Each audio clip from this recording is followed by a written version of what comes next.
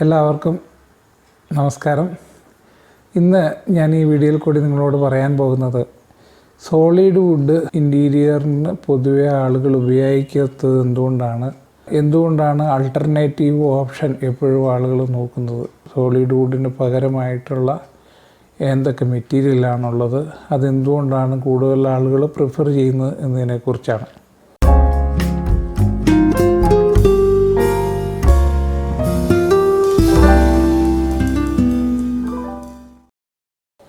എല്ലാവർക്കും മറ്റൊരു വീഡിയോയിലേക്ക് സ്വാഗതം. നമുക്കറിയാം, മുൻകാലങ്ങളിലൊക്കെ നമ്മുടെ വീടിൻ്റെ ഫർണിച്ചറുകൾ, അതുപോലെ അലമാരകൾ, വാർഡ്രോബുകൾ, അങ്ങനെയുള്ള കാര്യങ്ങളെല്ലാം ചെയ്തിരുന്നത് നമുക്കറിയാം ഈ മരങ്ങൾ, തേക്ക് വുഡ്, തേക്കിൻ്റെത്, അതുപോലെയുള്ള നമ്മുടെ പറമ്പിൽ നട്ടു വളർത്തിയിരുന്ന മരങ്ങളൊക്കെ ഉപയോഗിച്ചാണ്. ഇന്നെന്നാൽ അന്ന് ലഭിച്ചിരുന്ന മരങ്ങളുടെ ലഭ്യത ഇന്ന് ഇല്ല എന്നുള്ളതാണ്. കാരണം ഇന്ന് ഒരുപാട് പഴയ മരങ്ങളൊക്കെ ഒരു പരിധിവരെ മുറിച്ചു ഉപയോഗിച്ചു കഴിഞ്ഞു. അപ്പം പുതിയ മരങ്ങൾ നട്ടു വളർത്തി 10, 20, 30 വർഷത്തിനുള്ളിൽ മുറിക്കേണ്ട ആവശ്യം വന്നുകൊണ്ടിരിക്കുക. അപ്പം മരങ്ങൾക്കുള്ള മൂപ്പും കാര്യങ്ങളും, അതായത് ഒരു സോളിഡ് വുഡ് ശരിക്കും പറഞ്ഞാൽ അത് മൂപ്പായി മുറിക്കുന്നതിന് പകരം ഒരു നിശ്ചിത വണ്ണം വന്നു കഴിഞ്ഞാൽ ആളുകൾ മുറിച്ച് വിൽക്കുകയോ അല്ലെങ്കിൽ മുറിച്ച് പലതരം ഫർണിച്ചറുകളും കാര്യങ്ങളൊക്കെ ഉണ്ടാക്കാനായിട്ട് ഉപയോഗിക്കുന്ന ഒരു സന്ദർഭം വന്നു. മാത്രമല്ല, ഈ മരങ്ങൾക്കൊക്കെ വരുന്ന വില എന്ന് പറയുന്നത് വളരെ അധികമാണ്. നമുക്ക് ഒരു സാധാരണക്കാരന് അഫോർഡ് ചെയ്യാൻ കഴിയാത്തതിൽ കൂടുതലാണ് അതിൻ്റെ വിലയും കാര്യങ്ങളൊക്കെ ഇപ്പോൾ ഉള്ളത്. അപ്പം അങ്ങനെയൊക്കെയുള്ള ഒരു അവസരമായതുകൊണ്ട് തന്നെ ഇതിന് സോളിഡ് വുഡ് ഉപയോഗിച്ചുകൊണ്ട് നമുക്ക് സാധാരണ നിലയിൽ ഒരു സാധാരണക്കാരൻ്റെ വീട് പണിയാനോ അതിൻ്റെ ഉള്ളിലെ ഡെക്കറേഷൻ വർക്കുകൾ ചെയ്യാനോ നമുക്ക് സാധിക്കാതെ വരും എന്നുള്ളതാണ് അതിൻ്റെ പ്രത്യേകത. അപ്പോൾ അങ്ങനെയൊക്കെ ഉള്ള സമയത്താണ് നമുക്ക് എന്ത് ചെയ്യാൻ കഴിയും എന്നുള്ളതിനെക്കുറിച്ച് ആളുകൾ ചിന്തിച്ചു തുടങ്ങിയത്. അങ്ങനെയാണ് പ്ലൈവുഡ് എന്നുള്ള ഒരു ആശയം വന്നത്. പ്ലൈവുഡിൻ്റെ പ്രത്യേകത ഞാൻ മുമ്പ് മറ്റു വീഡിയോകളിൽ പറഞ്ഞ പോലെ തന്നെ നമുക്ക് ആവശ്യത്തിനുള്ള സൈസിൽ, ആവശ്യത്തിനുള്ള തിക്നെസ്സിൽ, ആവശ്യത്തിനുള്ള നീളത്തിലും വീതിയിലും നമുക്ക് മരങ്ങളെ പീൽ ചെയ്ത് ഉണ്ടാക്കുന്ന പ്ലൈ ലെയറുകൾ ഉപയോഗിച്ച് പല ക്രിസ് ക്രോസ് ലെയറുകളെ കൂട്ടി ബോണ്ട് ചെയ്ത് ഉണ്ടാക്കുന്ന സ്ലാബുകളാണ് പ്ലൈവുഡുകൾ എന്ന് നമ്മൾ പറയുന്നത്. അതുപോലെ തന്നെ സോളിഡ് വുഡിനെ തന്നെ ഉപയോഗിച്ചുകൊണ്ട് തന്നെ ഒരു നിശ്ചിത വലിപ്പം ഇല്ലാത്ത വുഡുകൾ, ചെറിയ ചെറിയ പീസുകളെ തന്നെ ഇൻ്റർലോക്കിംഗ് രീതി ഉപയോഗിച്ചുകൊണ്ട്, ഇൻ്റർലോക്കിംഗ് ബോണ്ടിങ് ഉപയോഗിച്ചുകൊണ്ട്, ഇൻ്റർലോക്കിംഗ് സിസ്റ്റം ഉപയോഗിച്ചുകൊണ്ട് വുഡുകളെ തമ്മിൽ കൂട്ടി യോജിപ്പിച്ച് ഉണ്ടാക്കുന്ന എൻജിനീയറിംഗ് വുഡുണ്ട്.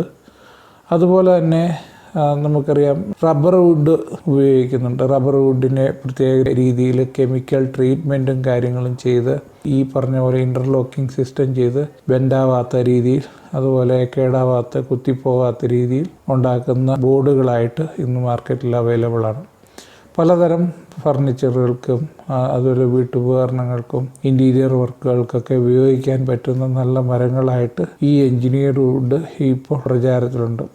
ഈ റബ്ബർ വുഡും അതുപോലെയുള്ള സോളിഡ് വുഡുകളും ഉപയോഗിച്ചുകൊണ്ട് തന്നെ പലതരം എൻജിനീയർഡ് വുഡുകൾ മാർക്കറ്റിൽ അവൈലബിളാണ്.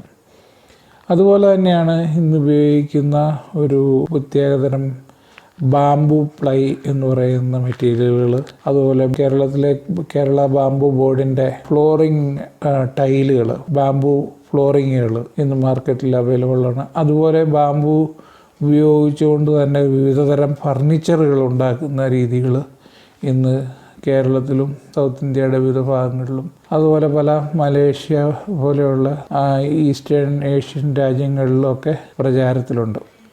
ഇങ്ങനെ ഉള്ള മെറ്റീരിയലുകളുടെയൊക്കെ ഒരു പ്രത്യേകത എന്ന് പറയുന്നത് ഇതിന് നിശ്ചിത കാലയളവോ പ്രായമോ മൂപ്പോ ഇല്ലാത്ത തടികളെ പോലും കെമിക്കൽ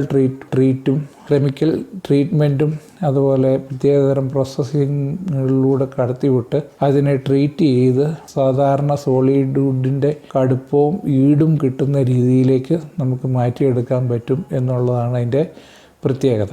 അപ്പോൾ അങ്ങനെ ഉപയോഗിക്കുന്ന മരങ്ങൾക്കുള്ള വില എന്ന് പറയുന്നത് ശരിക്കുമുള്ള സോളിഡ് വുഡിൻ്റെ പകുതിയോ അതിൽ താഴെയോ മാത്രമേ ചിലവ് വരുന്നുള്ളൂ എന്നുള്ളതാണ് മാത്രമല്ല അതിൻ്റെ മറ്റൊരു പ്രത്യേകത എന്ന് പറയുന്നത് നമുക്ക് ആവശ്യത്തിനുള്ള സൈസിൽ, എത്ര വലിയ സ്ലാബുകളാണെങ്കിലും നമുക്ക് വലിയ സ്ലാബുകളിൽ വലിയ വലിപ്പത്തിൽ ആവശ്യത്തിന് തിക്നെസ്സിൽ നമുക്ക് ഉപയോഗിക്കാവുന്ന രീതിയിൽ നമുക്ക് ലഭിക്കുന്നു എന്നുള്ളതാണ് അതിൻ്റെ മറ്റൊരു പ്രത്യേകത.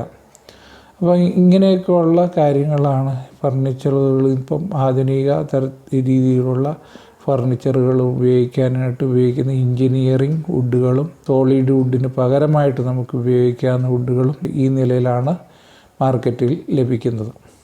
അതുപോലെ തന്നെയാണ് ഈ എഞ്ചിനീയർ വുഡിൻ്റെ തന്നെ വിവിധതരം രീതികളിൽ തന്നെ ഉണ്ടാക്കുന്ന ചില ചിപ്പ് വുഡുകൾ, അതുപോലെ പ്ലൈകളെ തന്നെ പലതരത്തിലുള്ള പ്ലൈ പീസുകളെ കംപ്രസ് ചെയ്തിട്ട് ഉണ്ടാക്കുന്ന ബോർഡുകൾ, എഞ്ചിനീയർഡ് വുഡ് ചിപ്പ് ബോർഡുകൾ, അതുപോലെ പാർട്ടിക്കൽ ബോർഡുകൾ, അതുപോലെ വുഡിൻ്റെ പൾപ്പുകൾ ഉപയോഗിച്ച് ക്രഷ് ചെയ്ത് അരച്ച് അതിനെ പൾപ്പുകളാക്കി അഗ്രികൾച്ചർ വേസ്റ്റുകൾ ഉപയോഗിച്ച്, അതായത് സസ്യജന്യമായിരിക്കുന്ന വേസ്റ്റുകളെ ഉപയോഗിച്ച് ഉണ്ടാക്കുന്ന ബോർഡുകൾ, അങ്ങനെ നിരവധി റീയൂസ്ഡ് വുഡ് ബേസ്ഡ് ആയിട്ടുള്ള കണ്ടൻറ്റുകൾ ഉപയോഗിച്ചുണ്ടാക്കുന്ന വിവിധതരം ബോർഡുകൾ, അതായത് MDFും HDFും പോലെയുള്ള വിവിധതരം ബോർഡുകൾ ഇന്ന് മാർക്കറ്റിൽ അവൈലബിളാണ്. ഇനിയുള്ള കാലഘട്ടത്തിൽ സോളിഡ് വുഡ് നമുക്ക് ലഭിക്കുക എന്ന് പറയുന്നത് ദുഷ്കരമാണ്. കാരണം അതിൻ്റെ ഈ മൂപ്പ് തന്നെയാണ് ഒരു പ്രധാന പ്രശ്നം. പണ്ടൊക്കെ നമുക്ക് ലഭിച്ചുകൊണ്ടിരുന്ന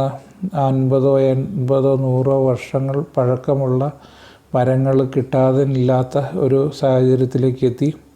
പലപ്പോഴും ബർമ പോലെയുള്ള അല്ലെങ്കിൽ ആഫ്രിക്കൻ രാജ്യങ്ങളിൽ നിന്ന് ഇമ്പോർട്ട് ചെയ്യുന്ന വുഡുകളൊക്കെ ചിലപ്പോൾ ആ ഒരു പ്രായം ഉള്ളത് അതുപോലെ മൂപ്പുള്ളതൊക്കെ കിട്ടുമായിരിക്കും. എന്നാൽ അങ്ങനെയുള്ളതിനൊക്കെ വലിയ വില കൊടുക്കേണ്ട ആവശ്യമാണ്. എന്നാൽ അതിനൊക്കെ പകരമായിട്ട് നമുക്കിന്ന് അതിന് തുല്യമോ അതോ അതിനൊപ്പത്തിലും ചെറിയ രീതിയിൽ കുറവോ ഉള്ളതായിരിക്കുന്ന ഇതേതരം കൃത്രിമമായിട്ടുണ്ടാക്കുന്ന അല്ലെങ്കിൽ ആർട്ടിഫിഷ്യൽ വുഡുകൾ ഉപയോഗിച്ച് നമുക്ക് അതെങ്ങനെ നമ്മൾ ചെയ്തിരുന്നോ, സോളിഡ് വുഡിൽ നമ്മൾ എങ്ങനെ ചെയ്തിരുന്നോ അതിന് തുല്യമായിട്ട് തന്നെയുള്ള ഫർണിച്ചറുകളും ഇൻറ്റീരിയർ വർക്കുകളും അതുപോലെ ഇൻറ്റീരിയർ ഫർണിച്ചറുകളും നമുക്ക് ഇന്നുണ്ടാക്കാൻ പറ്റും എന്നുള്ളതാണ് ഈ എൻജിനീയർഡ് വുഡുകൾ ഉപയോഗിക്കുന്നതുകൊണ്ടുള്ള പ്രത്യേകതകൾ. അപ്പം ഈ വീഡിയോ നിങ്ങൾക്ക് ഉപകാരപ്പെട്ടു എന്ന് ഞാൻ വിചാരിക്കുന്നു. ഇതുപോലെയുള്ള വീഡിയോകൾ ഞാൻ തുടർന്നും ചെയ്യുന്നതായിരിക്കും. അപ്പം നിങ്ങൾ എൻ്റെ വീഡിയോകൾ ആദ്യമായിട്ടാണ് കാണുന്നതെങ്കിൽ ഈ ചാനൽ സബ്സ്ക്രൈബ് ചെയ്തിട്ടില്ലെങ്കിൽ സബ്സ്ക്രൈബ് ചെയ്യുക. നിങ്ങളുടെ വിലയേറിയ അഭിപ്രായങ്ങളും നിർദ്ദേശങ്ങളും കമൻ്റായിട്ട് രേഖപ്പെടുത്തുക. അതുപോലെ തന്നെ ഇത് കൂടുതൽ ആവശ്യമുള്ളവരിലേക്ക് ഷെയർ ചെയ്യുക. അപ്പം എല്ലാവരും വാച്ച് ചെയ്തതിന് നന്ദി അറിയിക്കുന്നു.